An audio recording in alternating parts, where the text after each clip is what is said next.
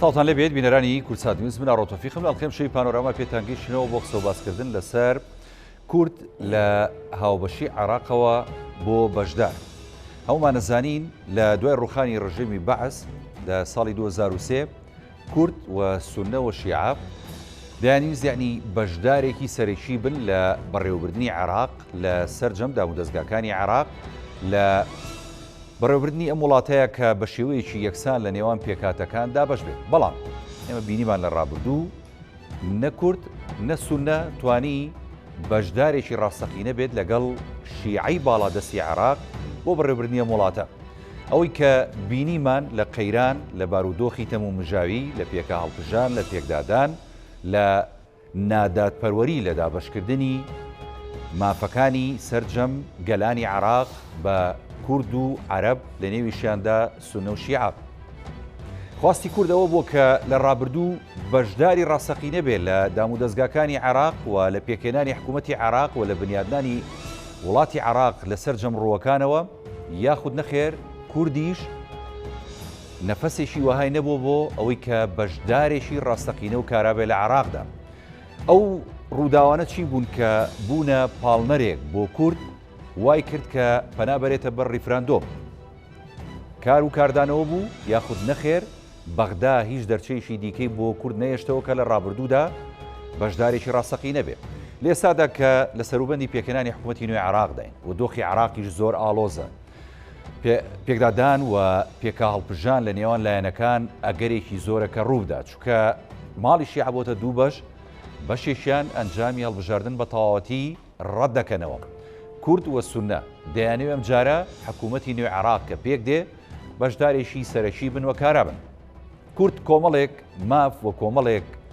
دەستکەوتی لە بەغدا هەیە کە دەبێ ئەمانە بپارێزێ و مکوڕتر بێ لەسەری و بە تایبەتی قەواری هەرێمی کوردستان و هەروەها مەسەلەی مادی 140 ناوچە کێشە لە سەرەکان. ئەم شەو گفتوگۆکەین لەسەرم بابەتە بە میوانداری هەرێک لە میوانە بەڕێزەکانم کاک فەخرەدین محەممەد چاودێری سیاسی کە لە سودۆ لەگەڵمە. کاک فەخرەدین بەخێر سوپاس دەکەم. هەروە کاک موحسین عوسمان پەرلەمانتاری پێشوێ انجومەنی نوێنەرانی عێراق کە بە سوپاسەوە جەنابیشیان لە ستودیۆکانمان لە شاری هەولێر لەگەڵمان. کاک موحسین سڵاو دەبێت. سەرەتا گەر کاک فەخرەدین لە جەنابتەوە دەست پێ بکەم. ئەو وێنە نوێیی کە ئێستا لە مەشهەدی عێراقیایی بینین پێمان ئەڵێ کە جارێکی دیکە سەرجەم پێکاتەکانی عێراق ئەتوانن بەشداری کارابن لە بەڕێوەبردننی ئەم وڵاتە یاخود نەخێر جارێ هیچی وایەک نییە لەو بارەوە. کاک فەخرەدین سپاس بۆ بینێران بۆ کاک موحسین لە هەولێرەوە. عێراق لە دوای هەر خولێکی هەڵبژاردن بە قەیران و بە سەردەمێکی سەختی پرۆسەی دروستکردنەوەی حکوومەتەکانی خۆیدا تێ ئەپەڕێ لەبەرەوەی بەڕاستی پرۆسەی هەڵبژاردن لەم وڵاتە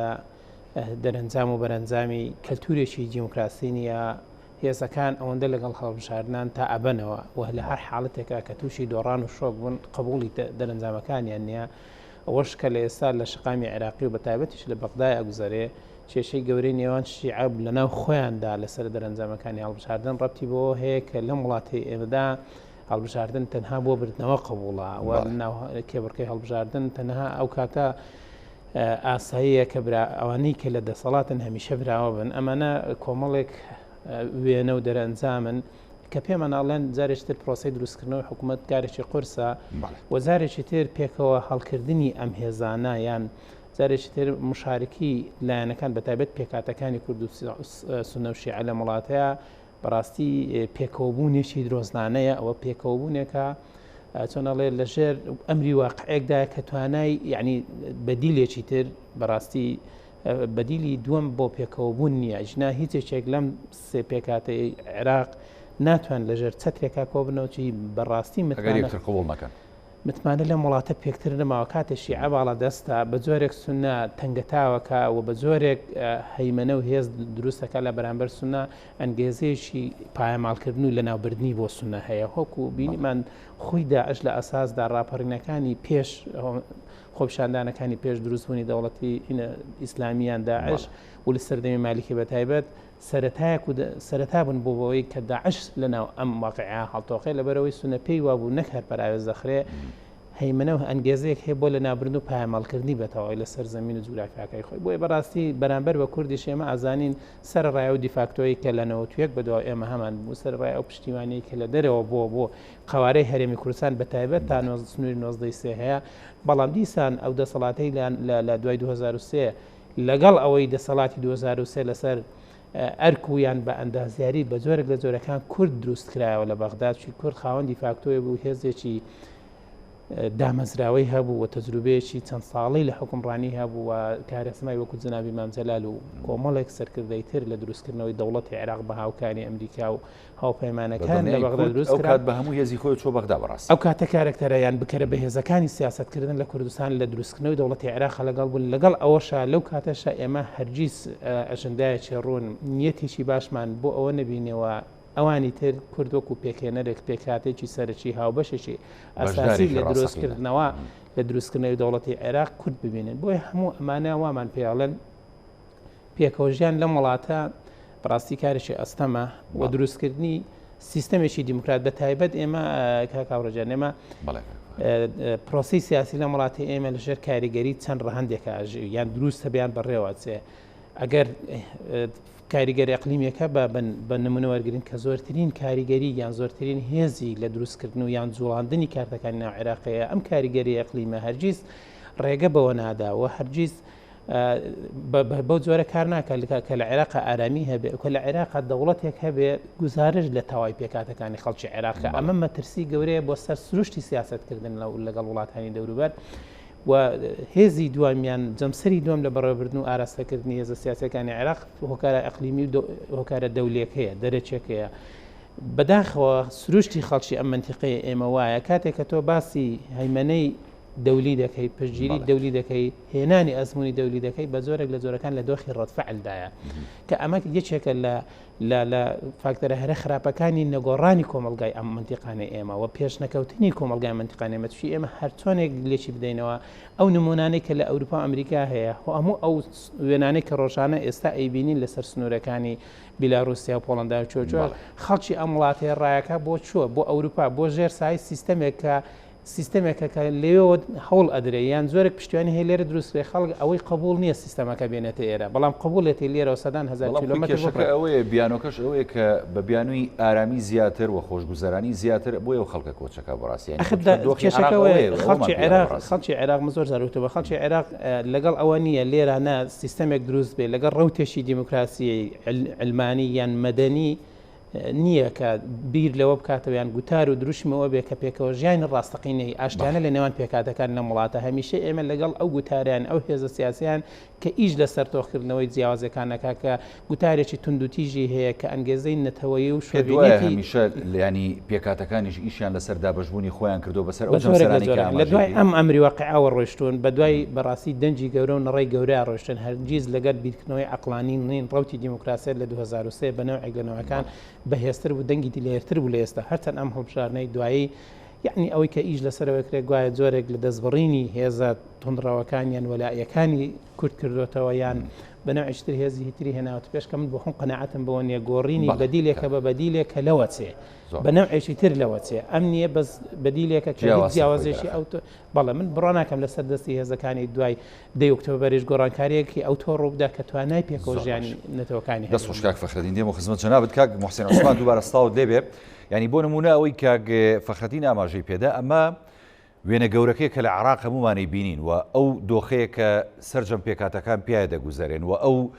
دەست و ئاراستانەیە و جەمسەرانەیە کە کاریگەری و کارتێکەری ینی ڕاستەوخۆ و فعلیان هەیە لەسەر دۆخی عێراق بە گشتی بە هەرێمی کوردستانیشەوە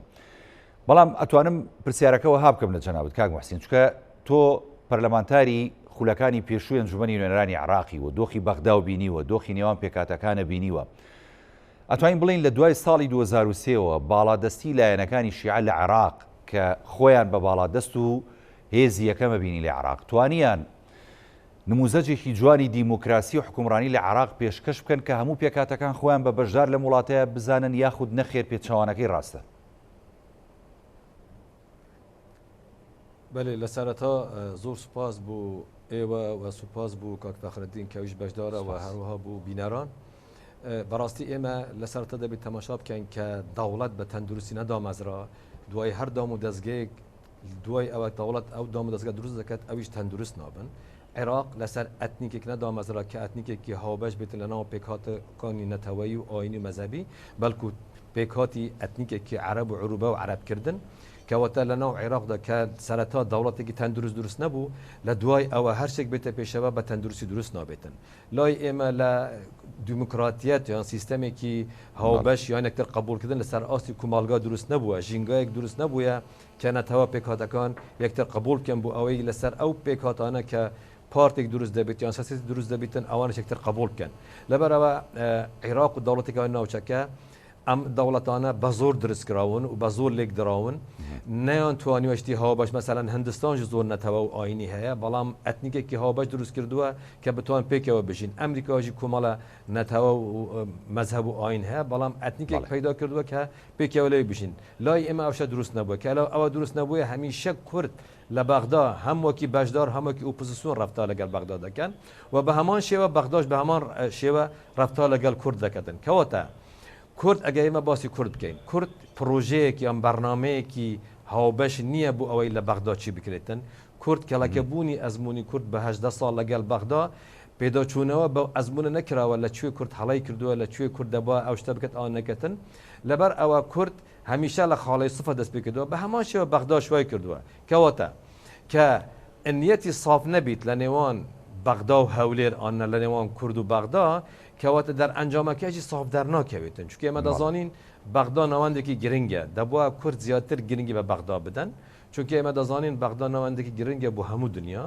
بەڵام حتا ئێستا شیعە نەیتوانیوە بە باشی حکمڕانی لە عێراق بکات و هەمان شێوە سنەش نەیتوانیوە بە باشی ئوپۆزیسیۆن ڕەفتار بکەن ئەوەی کێشەی سەرەکی کە ئێستا هەیە بۆ کورد و بۆ شیعە و سنەوەکە عەرەب ئەوەیە نە مێتودێکی تەندروست هەیە کە لەسەر بچن پرۆسیسی حکمڕانی بکەن نەڤەگەڕێک مەرجعەکە کە ببیتە ئەوە کە بگەڕێنەوە ئەو مەرجع بتوانیتن ستانداردێک بۆ حکمڕانی و حکمێکی هاوبەش بکات لەبەر ئەوە ئێمە کێشەی مێتود و کێشەی ڤەگەرمان هەیە ئەویتر دەمێتەوێت دەستێوەردانی دەرەوە تورکیا چی دەوێت کەندا و چی دەوێت ئیران چی دەوێتن ئەوانە هەموو تەسیری هەیە لەسەر ئەوە کە بەغدا و هەولێر ئەم پێکهاتەکانی عێراق ئەو سێ ماڵە کە شیعە و سنە و کوردن بتوان چۆن خاڵی هاوبەش بەکار بێنن لەبەرە بە تێگەیشتنی من عێراق کورد پێویستی بە کۆنفرانسی هاوبەش هەیە ئەو سێ پێکهاتە کۆنفرانس و لێکۆڵینەوەی هاوبەش بکەن کە بتوانن چۆن سوود لە هەڵەکانی پێش ئێستا وەرگرن و چۆن دەتوان خاڵی هاوبەش بەکار بێنن کە بتوان عێراقێکی سەقامگیر دروست کرد کە عێراق لە ئاستی سیاسی و ئاستی ئابووری و ئاستی کومەڵایەتی سەقامگیر نەبوو کە ئاشتی کومەڵایەتی لە ناو پێکهاتەکان نەبوو حکمڕانێکی یان سیاستێکی کاگمەحسین لەسەر مەسلەی ئەو کۆنفرانس و ینی میتینانی کە پێویستە ببەسرێت ناو پێکهاتەکانی عێراق لەسەر کۆنفرانسێکی لە دووە کە لەسەر ئاسی باڵا و لەسەر ئاسی ڕۆژهەڵاتی ناوەڕاز و لەسەر ئاسی عێراق و هەرێمی کوردستان ینی بەرپرسانی باڵا بەشدارن ینی ئەمڕۆ جۆمان لە هەندێک لە گفتوگۆکان بوو ینی هەم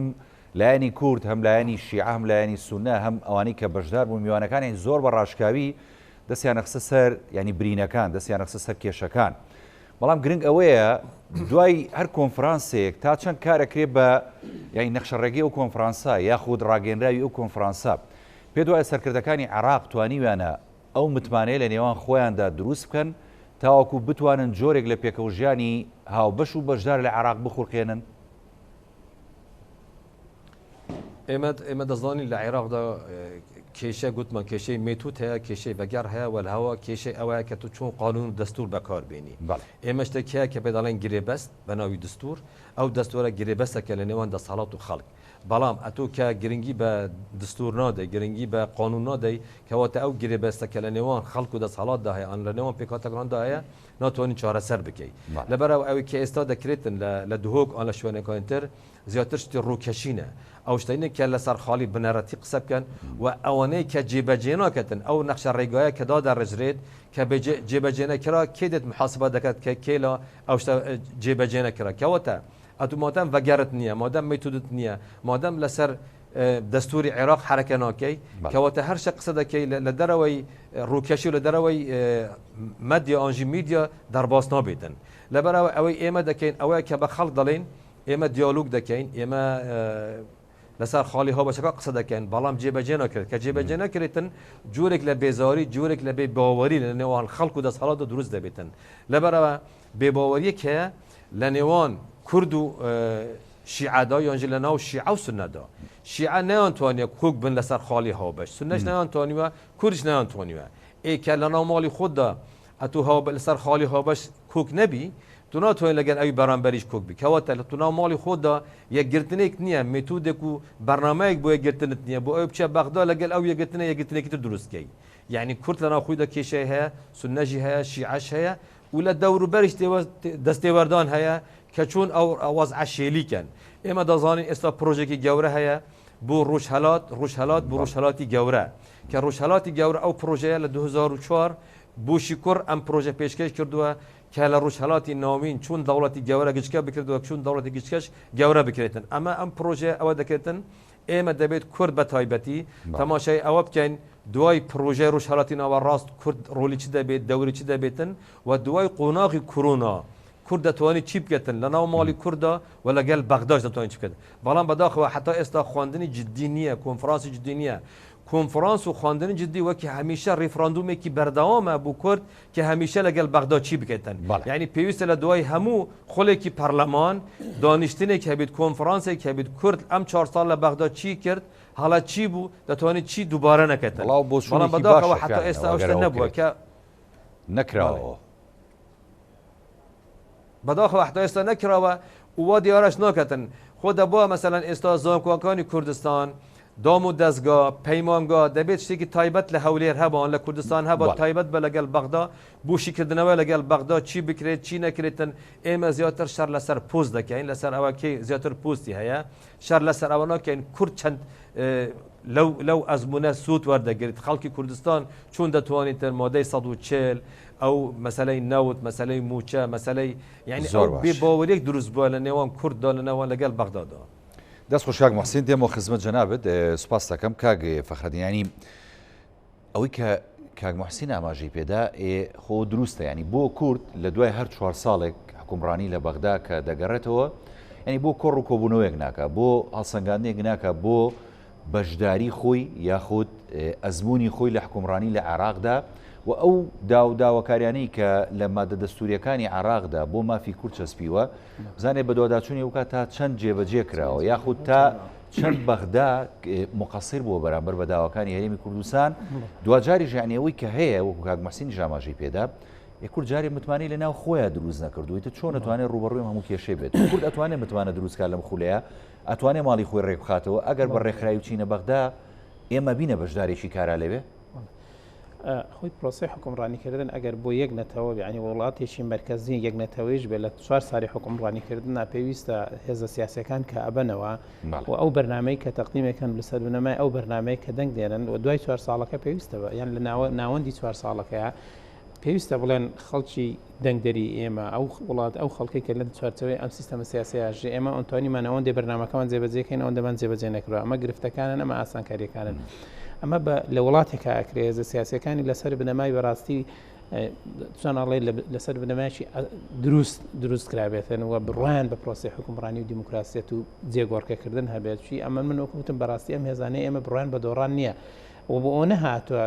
پرۆژەیەکی پێبێ پرۆژەکەی بەرمەبنای خواستی خەڵک بێەوە گەر ئەم پرۆژەیە پێویستی بەوە بۆ خەڵک گۆڕانکاری تیابکای بیگۆڕە بە پێی زەمان بە پێی داواکاری خەڵک پرۆژە هێزە سیاسەکان ئێمە بەرەنجامی ئەوەندەی بەرەنجامی بیرکردنەوە بەرژەوەندی ئیلیتیەکەن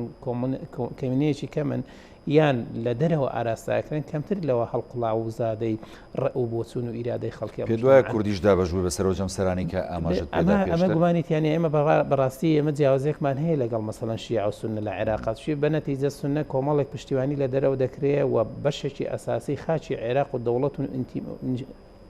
ناسنامە و شناسی ئەم عێراقەیە شیعەش بە حکمی زۆری نەکەیەوە ئەو دەرفەتەشکە ڕخساوە ئەو فەوزایی کە لە منتیقەی ڕۆژهەڵاتی ناوەڕاست دروست بوو کە تازە ئاسان نییە دەوڵەتێکی سونەی مەسەبی لە عێراق دروست بێتەوە ئەمە دەرفەتێکە بۆی شیعە ئەگەر بێوێیان بتوانێت یان لی بۆشێتەوە بتوانێت حکومڕانێکی مەودا دوور بێ لە عێراقیان بۆ مەودایەکی دوور دەسەڵات بێ لە عێراق بەڵام کورد هەمیشە لە بەردەم مەترسیداچی بەڕاستی ئێمە وڵاتانی دەوروبەرمان وڵاتانێکن ئەنتی کوردن و پێیان وایە دروستبوونی کورد لە کیانێک بۆ کورد یان هێنانە پێشەوەی کورد وەکو بکارێک وەکو ئەکتەرێکی سیاسی وەسەر شانۆ سیاستکردن وەکو مشارێکێکی بەهێز لە دروستکردنی دەوڵەتی عێراق مەترسێ بە نەتیجە بۆ ئەوان بۆیە کورد لە هەر هێزێکی تر لە عێراق زیاتر لە بەردەم هەڕەشەدایە بۆ ئەوەی ناوخۆی خۆشیانی ڕوتێکی شۆڤێنی هەیە کەمیشە دش بە کورد بۆ ئەوەی بەڕاستی ئێمە بتوانین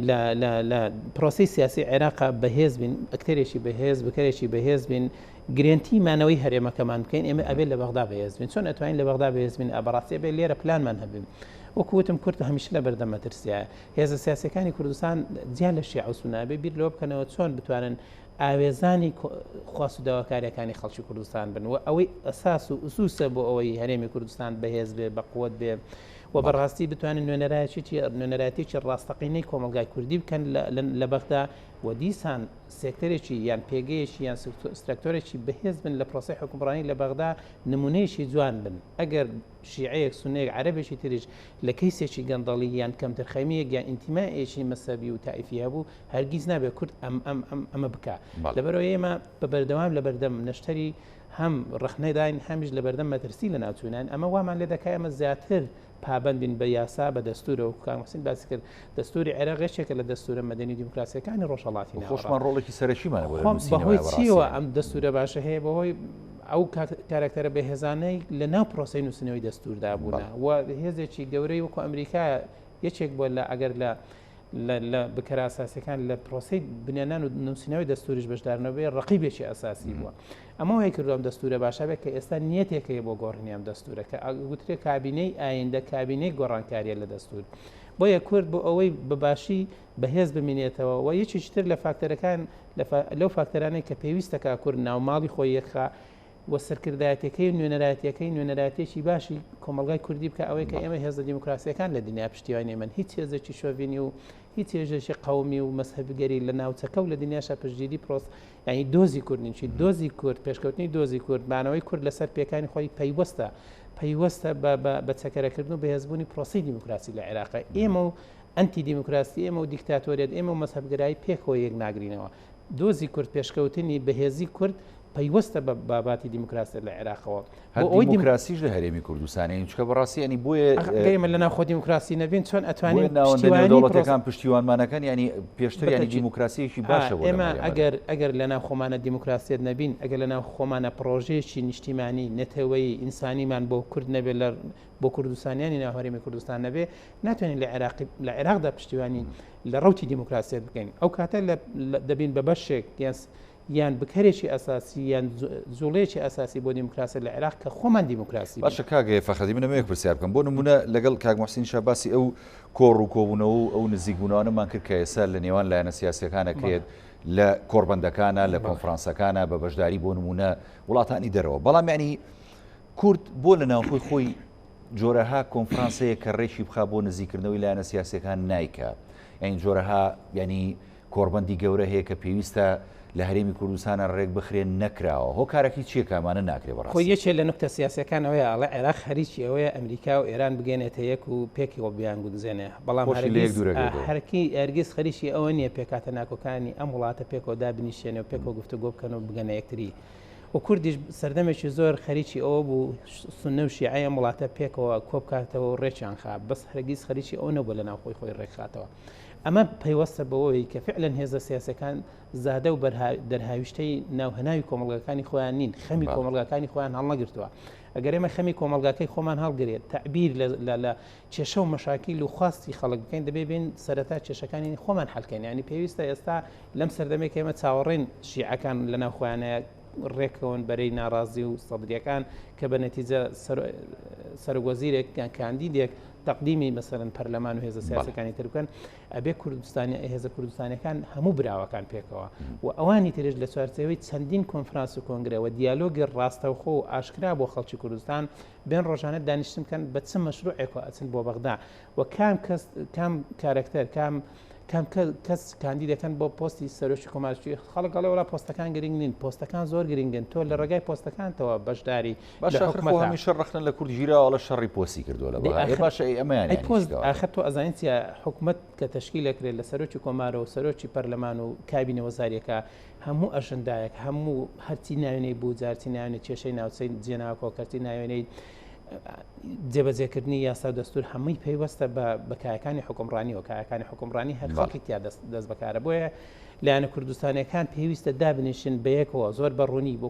بۆ شەقامی ڕوونکەنەوە ئەمان لەسەر خاڵە کۆکن و لەسەر سینا کۆکن پێویستە باشترین کاندید بەهێزترین کاندید لەلایەن هەموو هێزە کوردستانیەکانەوە پشتیوانی بکرێ بە سەرۆکی کۆمار و دواتر ئەو پۆستانەی تر وەزیرمان هەیە جێگری سەرۆکی پەرلەمانمان هەیە کۆدەنجی هەبێ و مەرجەعێکی سیاسی زۆر بەهێزمان هەم لە بەغدا هەبێ لەم هەم لە هەرێمەوە یەکلایی کرابێتەوە کە مەرجەع سیاسیە و یاساییە پشتیوانە بۆ ئەو تیمەی کە لە بەغدا هەمانە یعنی ناکرێت لە کوردستانە ئەندام پەرلەمانێک وەزیرێکت لەوێت تووشی کێشەیەکە بێ نازانێت پرس بە کاملایەن بکە سەرۆکی کۆمارەت هەیە هەر نوێنەرێکترێت نوێنەری حزبێک بێ حزبەکەی کە دژی بێ ئەمانن نوێنەراتی کورد ئیفلیجەکان لە بەغدا ئێمە ئەبێ هەم کار لەسەرەوە بکەین بەغدایشی بەهێزی دیموکرات دروستکەین و هەم لەناو ئەم بەغدا بەهێزە تیمێکی بەهێزی کوردیمان هەبێ کە بتوانێت خواستەکانی خەڵکی کوردستان بەدی بێنێ ئەمە بەچی دەکرێت ئەمە بە پلانی ڕوونەکرێت ئەمە بە کۆبنەوەی هێزە سیاسەکان دەکرێت نەکرێت یەکێک پێی وابێت کە ئەو براوەیە لە کوردستانە بە هەر هۆکارێکە ئەوەی زۆرترین پۆستەکان لە لای خۆی کۆکاتەوە پێی وابێت هێزێکی تر شاهینی ئەمێنیان بۆیە هەموو ئەمانە بۆ دەکرێن ئێمە بۆ دەتوانین خواستەکانمان لە ناو عێراقا بەدی بێنین تا ئەم چرکە ساتەکە عێراقین میتۆدی کەمینە و زۆرینە لە هەرێمی کوردستانیش بێتە ئاراوە بەڕاستیانی دۆخی هەرێمی کوردستان باش نابێت بۆ مامەڵەکردن لەگەڵ ئەگەر ئەم میتۆدی کەمینە زۆرینە بەری بەغدا ئەگەر ئەوان لەسەر بنەمای کەمینە زۆرینە تەعامل لەگەڵ ئەمە بکەن ئێمە دەستمان بنەبێ دەست خۆش کاک فەخرەدین دێمە خزمەت جەنابەت کاک موحسین عوسمانیانی بۆ نمونە ئێوە کە لە بەغدا بوون لە ڕابردوو ئێستا ئێمە لەگەڵ کاک فەخرەدین و تا ئاماژەی بۆ دانی پێویستە هەرێمی کوردستان یعنی تۆ مەرجەعێکی دیاریکراوە هەبێ کە ئەگەر نوێنەرەکانت لە بەغدا سەرۆک کۆمارت لە بەغدا جێگیری سەرۆکی ئەنجومەنی نوێنەرانت لە بەغدا وەزیرەکانت لە بەغدا بیانەوێت لە دۆسەیەشی گرنگ کە پەیوەست بێ بە کورد بە هەرێمی کوردستان بە خەڵکی کوردستان بە مەترسی لەسەر قەواری هەرێمی کوردستان بە مەترسی لەسەر بەشداری ڕاستەقینەی کورد لە بەغدا ئەو کات بگەڕێنەوە بۆ مەرجەع پێ وایە لە ڕابردوو ئێوە مەرجەعێکتان هەبووە کە هانای بۆ بێنەوە لە هەرێمی کوردستان ئەگەر نەبووە هۆکاری چییەوە ئەگەر لە داهاتوو ئەم مەرجەعە دروست نەبێت لە هەرێمی کوردستان ئێتەگەر ئەنجومەنی ئەگە بۆ نمونە پەرلەمانی هەرێمی کوردستان بێ ئەگەر ئەنجومەنێکی باڵا بێ لە داهاتوو پێک بێنرێ پێ وایە ئەتوانێت ئەم هێزە بێت و ئەم پاڵپشتیە بێ بۆ بەشداریشی کارای کورد لە بەغدا و لەگەڵ نوێنەرەکانی بله ئێمەش کەمان لە بەغدا بووین ینی بەڕاستی ینی بەگەڕێک ئەن مەرجەعێکمان نەبوو بەس بەڵکو هەرێک بوو پارتەکەی خۆی دەگەڕایەوە ینی هەر فراکسیۆنێک پەیوەندی بە مەکتەب سیاسیان پارتەکەی خۆی دەکرد چی بکرێت چی نەکرێتن ینی بەگەڕێکی هاوبەش لە هەولێر بیت کە هەموو پارت و پێکاتەکان لەوە پێک بێتن بەرداخەوە ئەو نەبووە و حتا ئێستاژی بیر لێ نەکراوە و حتا ئێستاژ کار نەکراوە کە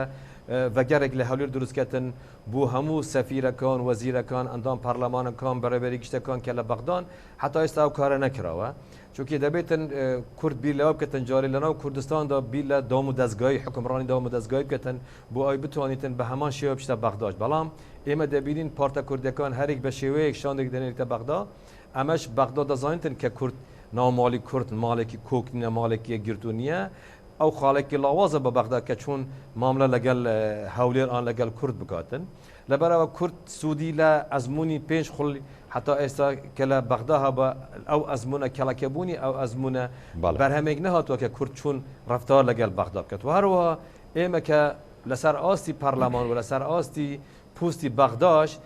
نەمان توانیوە ئیش لە سەرا بکەن خەڵکی تەکنوخڕات مەسەلەن بچتن لە بەغدا دەوام بکەتن ئانژی لە پەرلەمان لە حکومەت دوای هەروەها ئێمە شتێکە زۆر گەنگیمان پێ نەداوە کە چۆن بتوانین کە کاک فەخرەدین باسی دەوڵەتی دەوروبەر کرد و مەسەلەی داگیرکردن ئەو شتانە بیرمانە کردەوە کە کورد یەک نەفەسی هەیە ئەویش پێداڵێن ڕەڤەندی کورد ئەم بڵێن لوبی کورد چونکە لوبی دەورێکی زۆر گرنگ دەبێنێتن کە چۆن دیبلۆماسیەت دروستکردن کە چۆن پەیوەندی دروستکرد لەگەڵ دەرەوە بەداخەوە لە ئاستەژی هەوڵمان نەداوە کەواتە کە هەوڵمان نەداوە هیچ کاتێک درەنگ نییە کە کورد بیر لەوە بکەتەوە چی بکات بەڵام ئایا کورد ئەو نیەتە هەیە کە چۆن برای گەورە و برای گچکە بە پێیکەوە ئیش بکەن وەک چوون برای گەورە کە شانازی دەکات برای گەورە بەڵام بۆ شکستەکان شانازی ناکەن کە ئەو برای گەورەیە شانازی ناکەن کە خەڵک موچەی نییە کە خەڵات دەکات شتە دەرەوە شانازی بەوە ناکەن بەڵکو خۆ هاو بەش لەگەل برای گچکە دەبینتن ئەم شێوەیە یعنی ئێمە ئەگەر تەماشا بکەین مەسەلەن لەسەر ئاستی کورد دەتوانن لە شایی دەستیەک بگرن بەڵام لە سیاست دەستیەک ناگرن چکە لە شاییدا ریتمێکی موسیقای هاوبەش هەیە هەستێک دروست دەکەن شاهی دەستیەک بگرن بەڵام ریتمێکی هاوبەشی هەستێک دروست ناکەن کە کورد دەستیەک برن کەواتە دەبێت ئەو ریتمەیە چاککەین ئەوەی کە هەستێک دروستکەن کورد چۆن یەک بگرن چۆن داگیرکەرانی کوردستان یەک دەگرن دژی کورد بەڵێ پێ دوایە ئەو نیەتە هەبێسە لە هەرێمی کوردستانە لە نێوان لایەنە سیاسیەکان سەرکردە سیاسیەکان بۆ یەکگرتنە بەداخەوە نەبوو ئەگەر ئێمە بەداخەوە نەبوو ئەگەر ئێمە تەماشای ئەزمموی بەرەی کوردستانی بکەن لە 1992 4 ساڵ بەرەی کوردستانی دروست بوو ڕاستە لە ڕەوشەکەی دروست بوو بەڵام ئەو بەرەی کوردستانی بەرهەمێکێنە ئێستا ئێمە پێویستمان بە بەرەی کوردستانی نییە پێویستمان بە بلوکێکی نیشتیمانیە وە قوتخۆی چۆن کێشە لە نێوان باکوور و باشووری ئیتالیا وەختی خۆ بە بلوکێکی نیشتیمانی چارەسەر کرد ئێمە پێویستمان بە بلوکێکی نیشتیمانیە کە چارەسەری جاری کورد ناوماڵی کورد بکەن ئەوجا ماڵی کورد بچیت لەگەڵ ماڵی شیعان لەگەڵ ماڵی سنە دانیشتن ئەو بلوکە نیشتیمانیە نەبێتن ئەو خەڵکە تەکروقڕاتە نەبێتن خوێندنەوەیەکی جددیمان نەبێتن کەواتە خۆمان لە بازنێکی بەتاڵ دووبارە دەکەین ئەگە تەماشای کوردستان بکەین بە دەهان زانکو هەیە بەشی زانستی سیاسی هەیە دەبای ئەو بەشی زانستی سیاسی لێ کۆڵنەوە سەر بگێتن سیاسەتی کورد چوونە لەناو ماڵی کورددا لەگەل دەرەوەی کوردستان لەگەل بەغدا چ جۆرە سیاسەتێک بەکاردێنن چ سوودمان لە ئەزمموی خۆمان ئەزمموی پێشانگدا ئێمە لە کوردستان و لە عێراقدا گرنگیمان بە سامانی سروش داوە بەڵام گرنگیمان بە مرۆڤ نەداوە سامانی مرۆڤ کە چون وەختی خۆ لە یابان مێجی لە 30 ساڵدا یابان کەتە سەرلاق چکە گرنگی بە سامانی مرۆڤدا ئێمە سامانی مرۆڤ بۆ ئێمە گرنگینە کە هەموو خەڵک دەچنە دەرێ سامانی سروشتی بۆ ئێمە گرنگە کەواتە ئەگەر بەو عقلەتە بیر بکەینەوە ئێمە ناتوانین بە یەک دەنگ بە یەک ئارمانج بە یەک حەز بچینە بەغدا لەبەرەوە لە دەرەوەی پروپاگەندا بە پروپاگەندا ناتوانین بچینە پێشەوە دەبێت کورد جارێ دامپێدام بکەن لەکوێ هەڵای کردووە لەکوێ شکستی خواردووە چۆن دەتوانێت ئەو هەڵانە دووبارە نەکرێتەوە دوای خاڵی گرنگتر ئەوە لێبوردەیی ئەگەر کورد لێبوردەیە لەگەل یەکتر نەکات و ئەگەر کورد ئاشتی کومەڵاتی دروست نەکات لە ناوان پێک هاتەکان حزبەکانی کوردی بەرهەمی ئەم کومەڵگایانە کە ئێستا ئاشتی کومەڵاتی تێک چووە کەواتە خێزانێکی تەندروست کومەڵگایەکی تەندروست دەتوانێت پارتولانەکەی تەندروست بێتن لەبەراو دەبێتن ئێستا کارکەین بوو 10 ساڵی تر بوو 20 ساڵی تر بوو 30 ساڵی تر چۆن دەتوانین تاگێکی تەندروست خێزانێکی تەندروست کومەڵگایەکی تەندروست بەرهەم بینین بۆ ئەوە هەر بوونەوەرێک لەم تێکستە کومەڵاتی دەرچێتن بوونەوەرێکی تەندروست بێتن هیچ کاتێک درنگ نییە ئەگە درنگ نییە ئەگە دەست پێ بکەین بەڵام ئەوە گرنگ ئەوە دەست بە هەنگاوی یەکەم بکەین خاڵیتر هەمیشە لە بەغداد دەرفەت هەیە بەڵام گرنگ ئەوە دەرفەت چوون بەکار بینین و ئەگەر دەرفەت بەکار بینین گرنگ ئەوە چون دەتوانین بەردەوام بە دەرفەتە بدەین کێشەی ئێمە سوود لە ئەزمموی خۆمان وەرناگرین سوود لە ئەزمموی دەور بەروەرناگرین ئێمە دامپێدان ناکەین کە لە کوێ شکستمان خوارد بۆ نمونەکە لە ڕابردوو هەمیشە ڕەخنەی ئەوە ژیران لە کورد کە بەتایبەتی لە لایەنە سیاسیەکان و لەگەڵ کاک فەخرەدینی شا باسمان کرد ینی بۆ نمونە کە دەچێتە بەغدا شەڕی پۆز دەکات شەڕی بۆ نمونە هەندێ مەکاسب دەکات کە پێویستە بەدەستی بێنێ بەڵام خۆتا کاک فەخرەدینی ژامەژە بۆ دایانی کورد پێویستە و شەڕ بکات بۆ چکەم پۆستانی پێویستە لە بەغدا تۆ پۆستی سەر و کۆمار گرنگە پۆستی جێگیری سەرۆکی ئەنجومەنی نوێران گرنگە وەزیرەکان گرنگە کە پێویستە کورد لە سەردەمانێکە داوای وەزیری دەرەوەی کرد بۆی کە ئاگای لە پلانەکان پیلانەکان بێ کە دەربارەی کورد لە دەرەوە ئەگەر هەبێت ینی ئاگدار بێ و وریا بێلی ماوەیەک داوای وەزارەتی داراییە کرد کە پێویستە کورد چووکە بینیمان لە ڕابردوو کە چ غەدرێک کرا لە کورد ینی دروستە کورد شەڕی پۆست بکات لە بەغدا بەڵام بە جۆرێک کە لە پێناو بەرژەوەندی گەلی کووردا بێ ئێمە دەزانین لە 2014 کە کورد هەولێر و بەغدا گرفتێک دروست بوو لە مابینی هەولێر و بەغدا ئەو کاتە وەزیری دارایی کورد بوو بەڵام دیسان قەیرانی ئابووری لەسەر کوردستان دروست کرد کەواتە تو وەزیری دارایی هەمیشە وەزیری دارایی ئەن وەزیری دەرەوە و سەرۆکی کوماریش کورد بووە بەڵام بۆچی حتا ئێستا قەیرانی کێشەی موچە هەیە کێشەی پارە هەیە قەیران لە نێوان هەولێر و بەغدا هەیە خو ئەگەر بە پۆست بیتن جێگیری سەرۆکی پەرلەمان کوردە سەرۆکی کومار کوردە وەزیری دەرەوە ئەن وەزیری دارایی کوردە کەواتە دەبێت لەسەرەوە ئیش بکردن نیەتێکی صاف هەبیت لە نێوان بەغدا و هەولێر نیەتێکی صاف لە ناو کورددا هەبیتن کورد دام بەدام ئەو بکەن کورد لەگەڵ بەغدا بەشدارایان ئۆپۆزیسیۆنە ناکرێت کورد لەگەڵ بەغدا بەشداریش بتن ئۆپۆزیسیۆنیش بتن ئەوەی بەغداش ئەوە دەبێنێتن زۆر جارە لە هەرێمی کوردستان ئان لە هەولێردا تورکیا گرنگترە لە بەغدا ئەوی بەغداش ئەوشتە دەبینیتن هەروەها ئەو داهاتەی لە کوردستان دێتن چەند لە بەغدا سوود لێوە دەگرتن یانجی بەعکسەوە لەبەر ئەوە کورد نەیتوانیوە بە دلێکی ساف بە نیەتێکی ساف ڕفتار لەگەڵ بەغدا بکات بەڵکو زیاتر ڕفتار لەگەڵ دەوروبەر کردووە بەغدا ئەوشتە دەبینیتن کەواتە ئێمە لەسەر تۆڵە و تۆڵە سەدن دەژین لەبەرەوە مناڵێم پوست لە بەغدا گرنگ نیە هەمیشە دەبێت پوست گرنگ بتن بەڵام ئەم پوستە ئەم لە 18 ساڵی کە پوستمان لە بەغدا بۆ حتا ئێستا لە 2003 حتا ئێستا ئەو پوستە چۆن دەتوانێت خۆشگوزەرانی بۆ خەڵکی کوردستان دروست کرد چۆن دەتوانێت مەسەلەی مادەی 140 چارەسەر بکات چ بەرگەیەکی پارلەمان ینی دەستور جێبەجە کراوە کەواتە پوست هەیە پوست بۆ حزبە بەڵام ئەو پوستە بۆ خەڵک نەبووە ینی کەواتە نەیتوانێت مادەم ئێستا لە تەماشا بکەن ئەو 18 ساڵ ئێمە بەرەو پشت بچوونە مەسلەی موچە مەسلەی ئازادی مەسلە دادپەروەری مەسلەی دیبلۆماسیەت مەسلەی نامالی کورد کەواتە ئەو پوستە بوو چیەکە نامالی کورد ڕۆژ بەڕۆژ خراپتر بێتن خۆشگوزەرانی بەرەو خراپی بچیتن پەیوەندیەکان بەرەو خراپی بچن دەست خۆش کاک مەحسین دێمە خزمەت جەنابەت کاک فەخرەدین ینی ئەوەی کە گرنگە کورد ئەم جارە بەڕاستی پێداگری لەسەر بکات و پێویستە لە ئەجندا و استراتیژی خۆی کە ئەگەر ئینشاءڵڵا ناوماڵی خۆمان ڕێخستەوە و متمانەمان دروستکردەوە لە نێوان لایەنە سیاسەکان و بە ئەجندایەکی هاوبەش و چوینە بەغدا گفتوگوی لەسەر پێم پێ دوایە ینی ناوچە کێشە لەسەرەکان و مادی 140 و ئەو سنوورە دوور و درێژی کە ئێمە هەمانە بۆ نمونە لەگەڵ سونەکان لەگەڵ بەشێک لە شیعەکان کە ئێمە تا ئێستا لە 150 خاکەکەمان بەڕاستی لە دەزاوە لە دوای مەسەلەی ڕیفراندۆم و کۆمەڵێک کێشە و مەشاکل کە لەگەڵ بەغدا هەمان بوو ئەگە پێداگری لەسەر ئەمەنەکەین پێ دوایە ئێمە توانین بەشدارێکی ڕاستەقی نەبین لە بەغدا یاخود نەخێر دیارە بابەتی خاک چەشەی ناوچەدابڕاوەکان و ئەو خەڵکەی کە ئێمە لەوێ ئێستا بە جۆرێک لە جۆرەکان جێ هێشتراوە یان هەست بەوەکە لە نێوان هەرێم و بەغدایە لە دۆخێکی دەرونی نالەبارداەوە دڕۆژانە گوشار لەسەر کورد لە ناوچانە هەیە و ئاخر گوشارش کە ئێمە پێرێ بینیمان لە سەرگەڕان و لە کەرکووگەمانە هەیە بەڕاستی ئەمانە پێویستان بێگلایکردنەوە ئەمانە استراتیژن بەنسبەت نەتەوەی کوردەوە بابەتی خاک استراتیژە بەڵام هەمیشە استراتیژ پێویستی بە پلان هەیە بە میکانیزم هەیە بۆ گەیشتن بۆ جێبەجێکردنی